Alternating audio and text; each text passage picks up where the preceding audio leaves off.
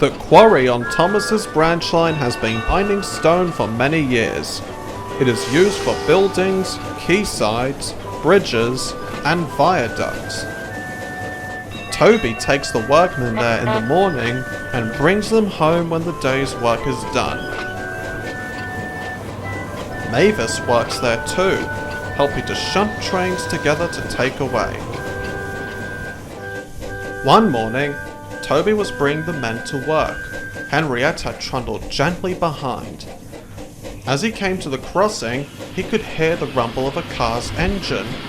Toby rang his bell as a warning and assumed the car would stop. The car came into view, zooming along the road and going much too fast. Toby saw it wasn't stopping and knew he had to act. "Brakes, driver!" he called, ringing his bell. The driver saw what was going on and brought Toby to a halt. The car raced past with the driver screaming at him. Toby was left quite perplexed. "I don't understand it," he said to Mavis. "All the cars should know to take care at the crossing." "Apparently not," replied Mavis. "He could have caused a lot of bother if he'd have crashed into me," grumbled Toby. "More than a bother. It was lucky you noticed then. With him screaming horrible things at me, it was hard not to notice." Toby's remark made Mavis think. "I have heard," she started, "there's been a rather erratic driver zooming about over the last few days. I wonder if it could be the same person you met." Toby wasn't sure if he wanted to find out. That evening, Toby was bringing the workmen home. He was unnaturally cautious as he trundled along. He wanted to take extra care. "We might not see him," soothed his driver. "Even so," puffed Toby, "I should hate for anything to happen." But neither Toby nor his crew realized his worst fear would come true. On the crossing, coming down from the quarry, a flatbed truck was parked on the line. The driver had his toolbox and was working frantically underneath it. When Toby came around the curve, he was in the cab of his truck. Toby rang his bell frantically, and the driver waved, but it was no good. Toby braked hard and shut his eyes. There was a horrible crash and a crumpling. Toby had run into the truck from the side and pushed it along and off the crossing. Toby's driver jumped down. "Are you all right, Toby?" he cried. Toby felt very sore and bruised, but seemed otherwise unhurt. "What about the workmen?" he winced. "Are they all right too?" Thankfully, the workmen weren't hurt. Toby was relieved. Everyone then turned to the driver of the truck. He was badly hurt and needed medical attention. The truck itself was damaged beyond repair. Toby's driver and fireman took him aboard Henrietta, then ran back to the cab. "Come on, Toby," they said. "We need to get him to Farquhar. Let's be quick now." Toby, badly shaken but determined, hurried away. A few days later, Toby was being looked over in the yards. He was still upset after the shock of the accident. "I should have taken more care," he mourned. "You already were," soothed Thomas. "Sometimes accidents happen." "But because of me, someone got badly hurt," insisted Toby. "Oh, Thomas, I don't feel good at all. It's all my fault." "Nonsense," Thomas objected. "You're one of the most careful engines I know. It can't be your fault." Just then, the two engines saw the Fat Controller. He was walking towards Toby and he was surrounded by policemen. "I'm ever so sorry, Toby," he said sadly, "but we need to talk with you about what happened.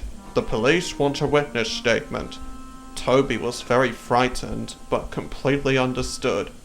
Thomas wished he could have stayed to help Toby, but he had to take empty trucks to the quarry in Toby's place.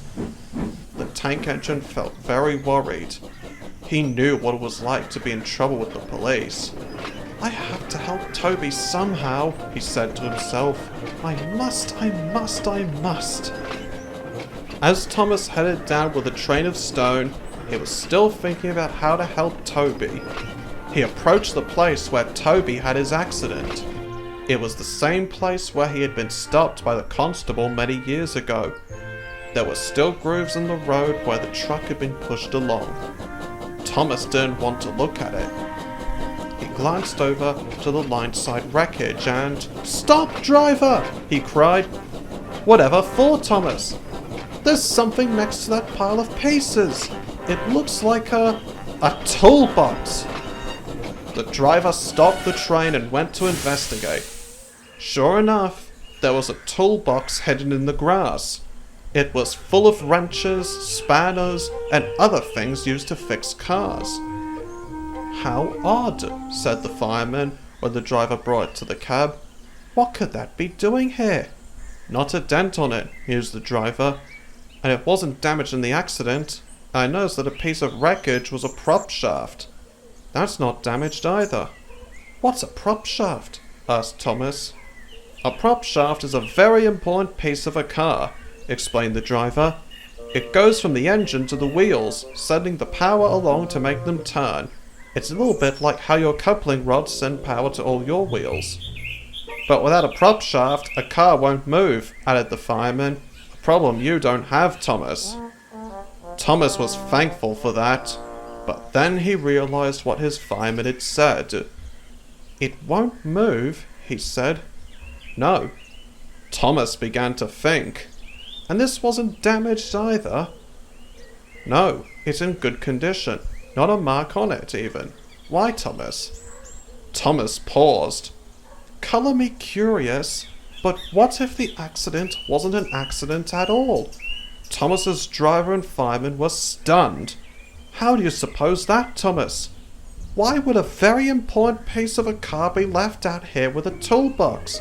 And why would both of them not be damaged if it was an accident? It seems very strange." Everyone was quiet. They were suddenly alarmed at the idea that someone would have gotten Toby into trouble on purpose. "The police have finished looking around here," said Thomas's driver at last. "We ought to take the toolbox and the prop shaft with us. Hopefully the police will still be talking with Toby." "Then let's hurry," cried Thomas. "Let's clear Toby's name." They were just in time. Thomas pulled in with the stone just as the policeman and the fat controller were leaving. "Sir! Sir!" Thomas whistled. The fat controller was most surprised. "Thomas, whatever is the matter?" Bringing the toolbox and prop shaft to the policeman, Thomas's driver explained what he had found and what Thomas thought about the accident. "If this is true," said a policeman, "this drastically changes matters. We'll be taking these with us as evidence." The fat controller was very pleased with Thomas. "A job well done, Thomas," he said. "You have been very useful indeed." Toby went back to taking the workmen to the quarry soon afterwards. There were no more mishaps or accidents. The more trips Toby made, the happier he became. The wreckage from the accident was cleared away and Toby even helped to resurface the road. That really made him feel better. "I can start putting all this nasty business behind me now," he smiled. "I'm really pleased you're feeling better, Toby," said Thomas. Percy and Daisy agreed. The final word of it came one morning. Toby's driver and fireman ran up to him with the newspaper. "Look at this, Toby!" they cried excitedly. Toby listened as they read an article's headline to him. It said, "Former constable caught red-handed, disgraced miscreant behind bars for endangering workmen." "Remember that constable you scared?" laughed his driver. "It seems he tried to get you back for it, by staging an accident where he could get hurt and damage the railway's reputation." "Serves him right," laughed Thomas. "I always knew Toby was one of the most careful engines around. What do you say to that, Toby?" Toby thought it best not to say anything out loud. Deep down, however, he was very happy indeed that justice was served.